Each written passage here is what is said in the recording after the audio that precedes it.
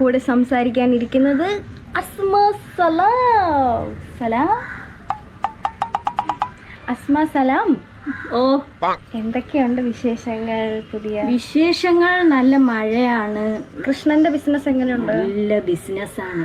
ഒരു മുസ്ലിം പെൺകുട്ടി, എൻ്റെ തട്ടം പോയ ഒരു മുസ്ലിം പെൺകുട്ടി വേറെ ഇളകി പോകുന്നുണ്ട് കേട്ടോ. എല്ലാം വെറുപ്പാണല്ലേ ബിസിനസ്.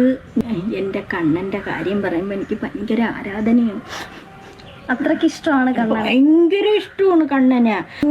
മുസ്ലിം മതത്തിൽ നിന്ന് ഒരു പെൺകുട്ടി ഇതുവരെ അങ്ങനെ വന്നിട്ടില്ല പടം വരയ്ക്കാനായിട്ട്, കൃഷ്ണന്റെ പടം വരയ്ക്കാൻ. അങ്ങനെ വേറൊരു മതത്തിൽ നിന്ന് അവരെ കൊണ്ടൊന്നും കഴിവില്ല, എന്നെ കൊണ്ടേ കഴിവുള്ളൂ. അത് കണ്ണൻ അനുഗ്രഹിച്ചു തന്ന കഴിവാണല്ലേ? എനിക്ക് അനുഗ്രഹിച്ചു തന്ന കഴിവ് അതാ. അങ്ങനെ ഞാൻ പടം വരച്ച്, ഒരാൾ എന്നെ കൊണ്ട് പടം വരയ്ക്കാൻ പറഞ്ഞു. ഞാൻ അങ്ങനെ പടം വരച്ച് തുടങ്ങി. പിന്നെ ഞാൻ അതിൽ നിന്നും വെച്ചടി അറ്റം കയറി മോളിലോട്ട് എത്തിയപ്പോൾ എനിക്ക് ഇഷ്ടം പോലെ സമ്പാദ്യങ്ങളായി. കണ്ണൻ എന്നെ അങ്ങ് അനുഗ്രഹിച്ചു. ഞാൻ താങ്കൾ ഇപ്പൊ ശരിക്കും മുസ്ലിം മതത്തിലാണോ ഹിന്ദു മതത്തിലാണോ? അതെന്തൊരു ചോദ്യം? അല്ല, അതിപ്പോ ആൾക്കാർക്കായാലും ഒരുപാട് കൺഫ്യൂഷൻ ഉള്ള ഒരു. ഞാനിപ്പൊ ഇവിടെ ഈ ഇതില് ഞാൻ തട്ടം ഇട്ടുകൊണ്ടാണ് ഇരിക്കണത്. നിങ്ങൾക്ക് കാണാൻ പറ്റുമോ? നിങ്ങൾ ഇന്റർവ്യൂ എടുക്കാൻ വന്നാൽ കൊള്ളാം. തട്ടം ഇട്ടുകൊണ്ട് വന്നിരിക്കണം. താങ്കൾ മുസ്ലിമാണ്? ഞാൻ മുസ്ലിമാണ്. പക്ഷെ താങ്കൾ ആരാധിക്കുന്നത് ഹിന്ദു ദൈവത്തിനെയാണല്ലോ. എങ്കിൽ ഞാൻ ഇവിടെ വെച്ച് സത്യം ചെയ്യാൻ പോവുകയാണ്. എനിക്ക് ഈ തട്ടം എനിക്ക് വേണ്ട. എനിക്കിനി ഈ തട്ടം വേണ്ട. ഇപ്പൊ ഞാൻ ഹിന്ദുവാണ്. ഇപ്പൊ ഞാൻ ഹിന്ദു ആയി. ഞാൻ ഇവിടെ വന്നതിന്റെ പേരിൽ ഇവിടെ വെച്ചും കൊണ്ട് സാക്ഷി ഞാൻ ഇവിടെ വെച്ച് പറയാണ്, ഞാൻ ഇവിടെ വെച്ച് തട്ടം അഴിച്ചിരിക്കുന്നു. അപ്പൊ മറ്റേ പാലുകാച്ചിന് വെച്ചിട്ട് പറഞ്ഞതോ താങ്കള് മുസ്ലിം തട്ടം? അത് ഞാൻ അവിടെ വെച്ച് പറഞ്ഞെങ്കിലും രണ്ടാമത്തെ മാറ്റലാണ് ഞാൻ മാറ്റിയിരിക്കുന്നത്. ഇങ്ങനെ കൂടെ മാറ്റണം. കൃഷ്ണനെ ഞാൻ വരച്ച് ഞാൻ ഭയങ്കര കൃഷ്ണന്റെ ആരാധിക ആയതിനു ശേഷം ഞാൻ ഓരോന്ന് ഇങ്ങനെ വാങ്ങിക്കാൻ തുടങ്ങി. ഇച്ചിരി ഒട്ടിയിരിക്കണേന്നും പോരാ, നീളത്തിന് ഇടണം അല്ലേ? മാലയായാലും ഇത്രയും നീളത്തിനൊക്കെയുള്ള മാല ഇടണം. എല്ലാം സ്വർണ്ണമാണോ? സ്വർണ്ണമാണോ? കയ്യിലൊക്കെ കിടക്കുന്ന എനിക്കിങ്ങനെ കട്ടിക്ക് കിടക്കണം എന്ന് പറഞ്ഞാ ഒരു പടം ഞാൻ വിറ്റ് കഴിഞ്ഞ അത് വാങ്ങിക്കണത് അപ്പാപ്പന്മാരും അമ്മാമ്മമാരും ഒക്കെയാണ്. ഒരു പെയിന്റിങ്ങിന് വരുന്നത് അത് ചെറിയ ഇത്ര ഉള്ള പെയിന്റിങ്ങിന് 2500 വെച്ച് തുടങ്ങും. ചെറിയ ആരെങ്കിൽ എല്ലാവർക്കും എൻ്റെ അടുത്ത് ഭയങ്കര ഇഷ്ടമാണ്. ഞാൻ കൃഷ്ണന്റെ ആരാധിക. ഒരു മുസ്ലിം കുടുംബത്തിൽ ഇടിച്ചാണ് അങ്ങ് കയറണത്. ഈ പടം വാങ്ങിക്കാൻ മുസ്ലിം കുട്ടി ആയതുകൊണ്ട് ഇടിച്ച് കയറും. നല്ല കാര്യം. കണ്ണൻ ഇങ്ങനെ തന്ന ഒരു കഴിവാണ് നിങ്ങൾക്ക്. അതിനെ നമുക്ക് അഭിമാനിക്കാം. ഇങ്ങനെ മനസ്സ് എവിടെ പോയാലും ഇത് കൊണ്ടുപോകുമോ? ഇത് ഞാൻ എവിടെ പോയാലും ഇങ്ങനെ വെക്കും. വീട്ടിൽ ഒരുപാടുണ്ടല്ലേ? ഒരുപാട് ഇങ്ങനെ എന്നെ കല്യാണം കഴിച്ച് കൊണ്ടുവന്ന ആ പെരയുടെ മൊത്തം തുളസിയാണ്. ആ തുളസി അത് വേറെ എങ്ങും പിടിക്കൂല. അത് അനുഗ്രഹമാണ്. എന്റെ പുരയിടത്തിൽ മാത്രമേ ഇത് പിടിക്കുള്ളൂ. കോളാണ്ടി കിടക്കണവര് വരെ, കോളാണ്ടി കിടക്കണ ചേച്ചിമാര് വരെ എന്റെ പറമ്പി വന്നിട്ട് ഇത് പറിച്ച് പിച്ചി എടുത്തോണ്ട് പോയി ഒരു മാല കിട്ടും. അത് വരണതേ അത് മൂക്കുത്തി ഇളകി പോകുന്നുണ്ട്. അത് അപ്പൊ ഇത് ഇങ്ങനെ കൊണ്ടുവന്നിട്ട് എല്ലാ ചേച്ചിമാരും വന്നിട്ട് കണ്ടിച്ചെടുത്തോണ്ട് പോയിട്ട് പെട്ടെന്നുണ്ടോ എന്റെ പുരയിടത്തിൽ വീണ്ടും ഇത് കിളിച്ച് വേറെ എങ്ങും ഉണ്ടാവൂല. ഞാനെന്ന് പറഞ്ഞ ഒരു മുസ്ലിം കുടുംബത്തിൽ നിന്ന് വന്നത് കൊണ്ട് എന്റെ പുരയിടത്തിന് വരെ കൃഷ്ണഭക്തിയാണ്. പുരയിടം വരെ. താങ്കളുടെ വീട്ടിൽ ഇപ്പൊ ആരൊക്കെയാ ഉള്ളത്? മക്കളും? എന്റെ മക്കളും ഉണ്ട്. നമ്മള് വേറെയാണ് മക്കള്. പിന്നെ എന്റെ ഉമ്മാക്കും ഉപ്പാക്കും വേറെ വീട് ഞാൻ വെച്ചു കൊടുത്തു. കൃഷ്ണന്റെ പടം വരച്ച് ഞാൻ പൊങ്ങി പോയി. പൊങ്ങി പോയപ്പോഴത്തേക്ക് ഞാൻ അവർക്ക് വേറെ വീട് വെച്ചു കൊടുത്തു. നല്ല ഒരു അപ്പൊ വീട്ടിൽ ആരൊക്കെയാ ഉള്ളത്? വീട്ടില് ഞാനും എന്റെ മക്കളും മാത്രമേ ഉള്ളൂ. കണാരേട്ടൻ എന്തോ ഇല്ലേ? കണാരേട്ടൻ വീട്ടിലാണോ താമസമൊക്കെ? എന്ത് കണാരേട്ടന്റെ കാര്യം പറഞ്ഞപ്പോ ബ്ലഷ് അടിക്കുന്നു ചേച്ചി. കണാരേട്ടൻ ബ്രദറാണ്. നമ്മള് ഒരുപാട് വീഡിയോസിൽ കൂടെയും ലൈവിലൊക്കെ കണ്ടിട്ടുണ്ട് കണാരേട്ടൻ ഇങ്ങനെ അടുത്തിരിക്കുന്നതും. കണാരേട്ടൻ നല്ല ക്ലോസ് ഫ്രണ്ട്സ് ആണല്ലേ നിങ്ങൾ? നമ്മൾ എത്രയൊക്കെ പറഞ്ഞാലും നമ്മുടെ ഹസ്ബൻഡ് ഒരു ഈഗോ ഒരു ഇതൊക്കെ ഉണ്ടാവത്തില്ലേ ഇതൊക്കെ കാണുമ്പോ? അപ്പം നിങ്ങളുടെ ഹസ്ബൻഡ് ഒന്നും പറയാറില്ലേ? പാവമാണ് അല്ലേ ഹസ്ബൻഡ്? അത് നമുക്ക് ഊഹിക്കാന്നുള്ളൂ. ഞാന് ഇങ്ങനെ കിടത്തിയ ഇവിടെ കിടക്കും, തിരിച്ച് ഇങ്ങനെ മറിച്ചിട്ട ഇവിടെ കിടക്കും. അത്രയ്ക്ക് പാവ ഹസ്ബൻഡാണ്. പുള്ളിക്കാരൻ എവിടെയാ ജോലിയൊക്കെ ചെയ്യുന്നത്? മണലാരുണ്യത്തില് തത്തി എപ്പോഴും വിളിക്കാറൊക്കെ ഉണ്ടോ? വിളിക്കും. പക്ഷെ സോഷ്യൽ മീഡിയയിലൊന്നും അങ്ങനെ കൊണ്ടുവരൂല. സോഷ്യൽ മീഡിയയില് ഞാൻ പറഞ്ഞിട്ടുണ്ട് ഞാൻ അങ്ങനെ കൊണ്ടുവരത്തില്ല. അപ്പൊ സോഷ്യൽ മീഡിയയില് പ്രത്യേകിച്ച് കാരണങ്ങൾ എന്തെങ്കിലും ഉണ്ടോ സോഷ്യൽ മീഡിയയിൽ കൊണ്ടുവരാത്ത? അല്ല, എന്തിനാണ് അങ്ങനെ ഇപ്പൊ മുഖം കാണിക്കേണ്ട ആവശ്യമില്ല. എനിക്ക് എന്റെ കണാരേട്ടന്റെ ബ്രദറുണ്ട്. ഇങ്ങനെ ഞാൻ കിട്ടി അങ്ങ് പിടിക്കും. ലൈവിലിരിക്കുമ്പോ നമ്മളിങ്ങനെ തൊട്ട് ഇങ്ങനെ ഉരുമയൊക്കെ ഇരിക്കുമെങ്കിലും എന്റെ ബ്രദറാണ്. അപ്പോഴും ഞാൻ എന്നാലും മക്കളൊക്കെ ഉറങ്ങിയതിന് ശേഷം ഇങ്ങനെ ഇരിക്കുന്നൊക്കെ അല്ല, അതറിയാം. ഞാൻ പറഞ്ഞല്ലോ, ഞാൻ ഇങ്ങനെ ഇട്ടാ ഇവിടെ കിടക്കും, ഇങ്ങനെ ഇട്ടാ ഇവിടെ കിടക്കും. അതുകൊണ്ട് അറിയാം എല്ലാം. നല്ല അണ്ടർസ്റ്റാൻഡിങ് ആയിട്ടുള്ള നല്ല ഞാൻ പറഞ്ഞ നല്ല ആൻസറിനെയാണ്. നല്ല ആൻസറാണ്. നമുക്ക് ഇതുപോലുള്ളൊരു ഹസ്ബൻഡിനെ കിട്ടാൻ നമ്മൾ പുണ്യം ചെയ്യണം അല്ലേ? ഇപ്പൊ ഈ ഇടയ്ക്ക് ഉമ്മായൊക്കെ ഹജ്ജിന് കൊണ്ടുപോകുന്ന കാര്യം പറഞ്ഞായിരുന്നല്ലോ. അത് ഹജ്ജിന് കൊണ്ടുപോണ അത് കുറച്ച് കാര്യങ്ങളൊക്കെ ഉണ്ട് എന്ന് പറഞ്ഞാൽ, ഞാൻ ഈ കൃഷ്ണന്റെ പടം വരച്ച് ഞാൻ 2500 വെച്ച് സ്റ്റെപ്പ് കയറി ഒരു വലിയ ഒരു പടം വരയ്ക്കുന്നതിന് ഏകദേശം 30,000 രൂപയൊക്കെ ആവും. അത് ഞാനൊരു മുസ്ലിം കുട്ടി ആയതുകൊണ്ട് ഇങ്ങനെ വാങ്ങിക്കും. എല്ലാവർക്കും ഭയങ്കര ഇഷ്ടമാണ്.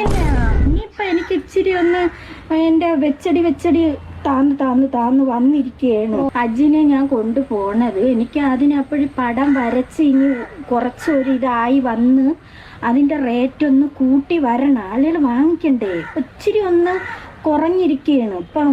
അത് ശരിയായ മാർഗമാണോ ശരിക്കും? വേറൊരു മതത്തിലുള്ളൊരു ദൈവത്തിന് പടം വിറ്റിട്ട് കിട്ടുന്ന പൈസ കൊണ്ട് ഹജ്ജിന് കൊണ്ടുപോകുന്നത് ശരിയായ? എന്റെ രീതിക്ക് എനിക്ക് ശരിയായിട്ടാണ് അത് തോന്നുന്നത്. മതം അങ്ങനെയൊക്കെ വെച്ച് നോക്കുമ്പോ അത് ശരിയായ കാര്യമല്ല.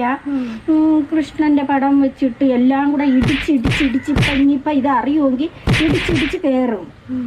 അപ്പൊ അതങ്ങനെ ശരിയായ കാര്യമല്ല. എന്നാലും കണ്ണന്റെ പടം വരച്ചല്ലേ എനിക്കിപ്പം കൊണ്ടുപോവാൻ പറ്റുള്ളൂ. അങ്ങനെ ഇപ്പൊ കൊണ്ടുപോവാൻ പറ്റുള്ളൂ. ഇപ്പൊ സോഷ്യൽ മീഡിയയിൽ എന്താണ് നിങ്ങൾക്കെതിരെയുള്ള ഒരു വിഷയം? നിങ്ങൾ ഈ കൊച്ചു പെൺപിള്ളേരെയൊക്കെ എതിരെ ഇങ്ങനെ അപരാധം പറയുന്നതായിട്ട് കാണുന്നത്? അത് അപരാധം പറയണേന്ന് പറഞ്ഞാൽ എന്റെ വീഡിയോ എടുത്തിട്ട് ചെയ്യും, റിയാക്ട് ചെയ്യും. അതിലെന്താണ് തെറ്റാതെ? അഭിപ്രായ സ്വാതന്ത്ര്യം. അപ്പൊ ഞാൻ ഒരുപാട് സ്ഥലത്ത് ഇങ്ങനെ പറഞ്ഞിട്ടുണ്ട് പരാതിയായിട്ടും അങ്ങനെയൊക്കെ.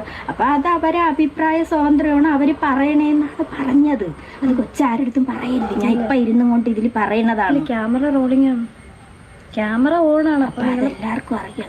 ക്യാമറ ഓഫ് ചെയ്തിട്ടാണെങ്കിൽ നമുക്ക് പറയാം. അത് എന്റെ വീഡിയോ എടുത്തിട്ട് ചെയ്യണ കൊണ്ട് എനിക്കതിന് വൈരാഗ്യം കയറിയിട്ട് ഈ പിള്ളേരൊക്കെ എടുത്തിട്ട് ചെയ്യും. അപ്പോഴേ വൈരാഗ്യം കയറുമ്പോ ഇങ്ങനെ പറയും. പക്ഷെ ഞാൻ ഒരുപാട് സ്ഥലത്ത് പരാതി കൊടുത്തെങ്കിലും അവര് പറയണത് എന്തോന്നാണ്, അത് അവരെ അവകാശമാണ്. ഒരു കൊച്ചെടുത്തിട്ട് ചെയ്ത് ആ കൊച്ച് അഭിപ്രായം പറഞ്ഞതാണ് കേട്ടോ. ക്യാമറ ഓഫ് ആണല്ലോ. അപ്പൊ ഞാൻ പറഞ്ഞു എനിക്ക് ജയിക്കണം. അങ്ങനെ ജയിക്കാൻ വേണ്ടിയിട്ട് ഞാൻ പറഞ്ഞേ എൻ്റെ വീട്ടിൻ്റെ അടുത്തുള്ള ആശുപത്രിയിൽ ഞാൻ പോകും. ഞാൻ എന്തിനാണ് ആശുപത്രിയിൽ പോകുന്നത്? എനിക്ക് തലവേദന, എനിക്ക് ശരീരം, ഞാൻ വേറൊരു ഡോക്ടറെ കാണാനാണ് ഞാൻ പോയത്. പോയപ്പോഴത്തേക്ക് അവിടെ വെച്ച് ഒരു പയ്യനെ കണ്ടു. അത് ഞാൻ അങ്ങനെ പറഞ്ഞതാണ്, ജനങ്ങളെ ബോധ്യപ്പെടുത്തണ്ടേ, അതിന് വേണ്ടിയിട്ട് ഞാൻ പറഞ്ഞു. ചേച്ചി കൊള്ളാം. അങ്ങനെ ഞാൻ പറഞ്ഞു പേര് ചോദിച്ചു. അപ്പൊ ഈ കൊച്ചെന്തേര് ഇത് ചെന്ന് ചീട്ട് അങ്ങനെ ഈ ചീട്ട് എഴുതിക്കൊണ്ടിരുന്നപ്പോ പേര് വായിച്ചപ്പോഴത്തേക്ക് മനസ്സിലായി. അപ്പൊ നോക്കിയപ്പോ കാണാ ഇത് വിറക്കേന്ന് പോണെന്ന് ഞാനൊരു ന്യൂസ് അടിച്ചു. ഒരു സന്തോഷല്ലേ? എനിക്കത് ഹാപ്പിയാണ്. എന്നെ കുറിച്ച് എന്തിനു വീഡിയോ ചെയ്ത് അത് ഗർഭിണിയാണെന്നൊക്കെ അബോർഷൻ ചെയ്യാനാണ് വന്നതെന്നൊക്കെ. നിങ്ങൾ എന്നാലും അത് കല്യാണം കഴിയാത്ത കൊച്ചല്ലേ? അത് ഗൈനക്കിന്റെ അടുത്ത് കയറി പോണം കല്യാണം കഴിയാത്ത കൊച്ചല്ലേ? കല്യാണം കഴിക്കാത്ത കൊച്ച്, അതിന് പാർട്ടിക്കാരൊക്കെ വരണം. അപ്പൊ എനിക്കത് മുടക്കണം. അപ്പൊ എനിക്ക് ആ കുട്ടിയെ കുറിച്ച് വേറെ ഒന്നും പറയാനില്ലാത്തത് കൊണ്ട് ഞാൻ ഇതങ്ങ് അടിച്ചറ. നിങ്ങളെ കുറിച്ച് ആര് റിയാക്ട് ചെയ്താലും നിങ്ങൾ ഇങ്ങനെ ഗർഭം ഉണ്ടാക്കും. ആര് റിയാക്ട് ചെയ്താലും ഞാൻ ആ റിയാക്ട് ചെയ്യണവരെ കുറിച്ച് ഞാൻ അപ്പോഴൊന്നി ഞാൻ എന്തേന്ന് ചെയ്യും, അവരെയൊക്കെ ഞാൻ മച്ചി മച്ചി മച്ചി മച്ചി മച്ചി മച്ചി എന്ന് വിളിക്കും. അല്ലെങ്കിൽ ഞാൻ ഇതുപോലെ പറയും, ഇതുപോലെ നീ ഗർഭിണി, നീ ഗർഭിണിയായി, എന്റെ വയറിൽ ഇത്രയുണ്ട്, നീ ഗൈനക്കിനെ കാണാനായിട്ട് ഇടിച്ച് കയറുന്നു എന്നൊക്കെ ഞാൻ. പത്തനംതിട്ട കിടക്കണ കൊച്ച് അങ്ങ് വന്നല്ലേ? നിങ്ങൾ കള്ളം പറയുമ്പോ ഇങ്ങനെയൊക്കെ ആലോചിക്കണ്ടേ? ക്യാമറ ഓഫ്, അതൊക്കെ ഓഫ് തന്നെ. നിങ്ങൾ ധൈര്യമായിട്ട് അതങ്ങനെ പറഞ്ഞത് എനിക്ക് ജയിക്കണം. എന്നാലും നിങ്ങൾ ഈ പത്തനംതിട്ട കിടക്കണ കൊച്ച് അങ്ങ് വരണമെന്നൊക്കെ അത് കുറച്ച് ലോജിക്ക് ഉപയോഗിച്ചുകൂടായിരുന്നോ? അത് നിങ്ങൾക്ക് ആരും പൊട്ട കുത്തി പറഞ്ഞു തന്ന കണാരേട്ടനാണ്. അതെന്റെ വിജയം. അത് നമ്മൾ കൂടി ആലോചിച്ച് അത് മനസ്സിലായി. ഏതോ മന്ദബുദ്ധിയാണ് ആ ഐഡിയ ഉണ്ടാക്കിയെന്ന് മനസ്സിലായി. തീരുമാനിച്ച് നമുക്ക് ഇങ്ങനെ പറയാം, ഇതല്ലേ ഉള്ള ഒരു നല്ലൊരു ഐഡിയ ആണ് കേട്ടോ. നിങ്ങളിങ്ങനെ റിയാക്ട് ചെയ്യുന്ന ആൾക്കാരെയൊക്കെ ഇങ്ങനെ അങ്ങനെ പറയും. ഒന്നുകിൽ ഹോട്ടലിൽ നിന്ന് പിടിച്ചെന്ന് പറയാം, അത് നിങ്ങൾ പറഞ്ഞല്ലേ? ബുദ്ധിയുണ്ട് കേട്ടോ. ലോഡ്ജിൽ നിന്ന് പിടിച്ചെന്ന് പറയും, നീ അവരോട് അല്ലേരുന്നാന്ന് പറയും, ഇവരോട് അല്ലേരുന്നാന്ന് പറയും.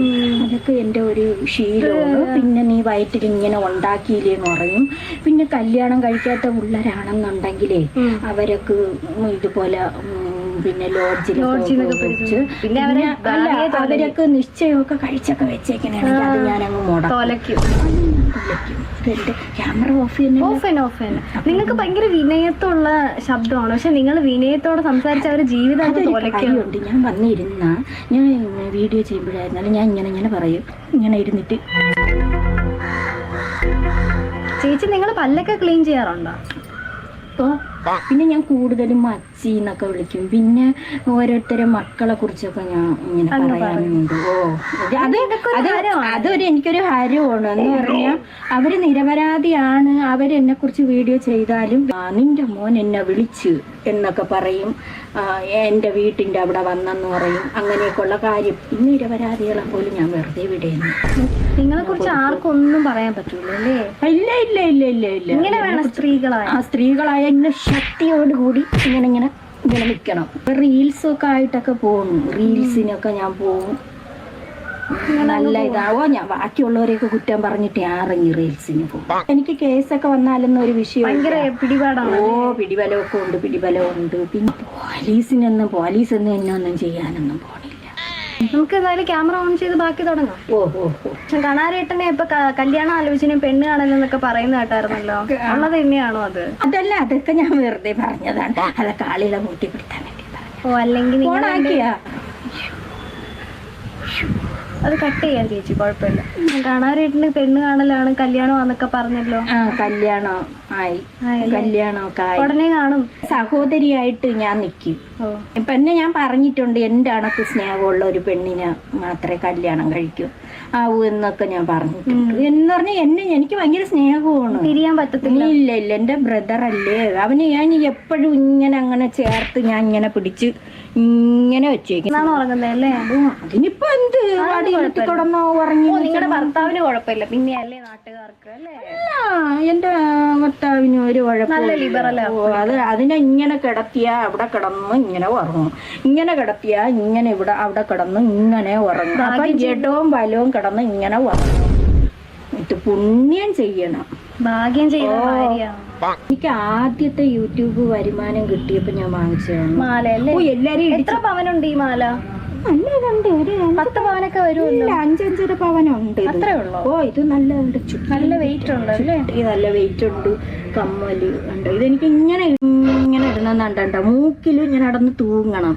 പ്രേക്ഷകർക്കൊന്ന് കാണിച്ചു കൊടുക്കുക. നിങ്ങളെല്ലാരും കണ്ടാതാ? സ്ഥിരം കാണുന്നതായിരിക്കും ലൈവില്. എനിക്ക് ഒരു കയ്യിൽ ഇങ്ങനെ കിലിങ്ങണത് ഇടണം, അതെന്റെ ഒരു ഹോബിയാണ്. അത് കൊള്ളാം. വീട്ടിലെ ഉമ്മാക്കൊക്കെ എങ്ങനെ? വീട്ടില് ഉമ്മയൊക്കെ എങ്ങനെയാ? സ്നേഹമാണോ? ഉമ്മ ഭയങ്കര സ്നേഹവും. വീടൊക്കെ വെച്ച് അപ്പം ഞാൻ പോയായിരുന്നു പാലിയാച്ചിനും അങ്ങനെയൊക്കെ ഞാൻ പോയി. ഉമ്മച്ചിയുടെ അടുത്ത് പോയി. ഉമ്മച്ചിക്കൊക്കെ ഭയങ്കര സന്തോഷമായി. വീടൊക്കെ കാണുമ്പോൾ ഉമ്മച്ചിയും അപ്പച്ചിയല്ലേ, അവര് വയസ്സായതല്ലേ, എൻ്റെ ഒരു കടമയാണ് അത്. ഞാൻ എങ്ങനെ എന്തെങ്കിലും കഷ്ടപ്പെട്ടല്ലേ, ഞാൻ രാവിലെ മുതൽ രാത്രി വരെ കുത്തിയിരുന്നാണ് എനിക്ക് എൻ്റെ എല്ലാം ചപ്പടഞ്ഞിരിക്കലും മൂട് വയ്യ. ആദ്യമൊക്കെ ഞാൻ മൂട് ഇങ്ങനെ ഇരുന്നാണ് ഞാൻ വരച്ചത്. പിന്നെ ഞാൻ ഇങ്ങനെ കുത്തിയിരുന്ന് ഞാൻ ഇങ്ങനെ വരച്ചാണ് ഞാൻ ആ വീടാക്കിയത്. ആ വീടാക്കി അതിൽ ഞാൻ എൻ്റെ ഉമ്മച്ചി മാപ്പായും മാപ്പായൊക്കെ ആക്കി ഞാൻ അതിൽ താമസമാക്കിയിട്ട് ഞാൻ ചെല്ലുമ്പോൾ എന്തോന്ന് എൻ്റെ ഉമ്മച്ചി എനിക്ക് ചോറൊക്കെ ഞാനിങ്ങനെ ഇരിക്കും. എൻ്റെ ഉമ്മച്ചി എന്തിരിന്നറിയോ, ഇങ്ങനെ കുത്തി. ഓ, ഇങ്ങനെയാണ് കുത്തി ഇറക്കുന്നത് അല്ലേ? തൊണ്ടയിൽ കുരുങ്ങത്തില്ലേ ഇങ്ങനെ കുത്തി ഇറക്കിയാല്? അപ്പൊ ചേച്ചി, നമുക്ക് ഇപ്പൊ വിവാദമായിട്ടിരിക്കുന്ന ആ ടോപ്പിക്കിനെ കുറിച്ചൊരു 2 കാര്യം കൂടെ ചോദിക്കാം. അപ്പം ചേച്ചി ആ കുട്ടീനെ വിളിച്ചിട്ട് ഭീഷണിപ്പെടുത്തിയതായിട്ടൊക്കെ കണ്ടായിരുന്നല്ലോ.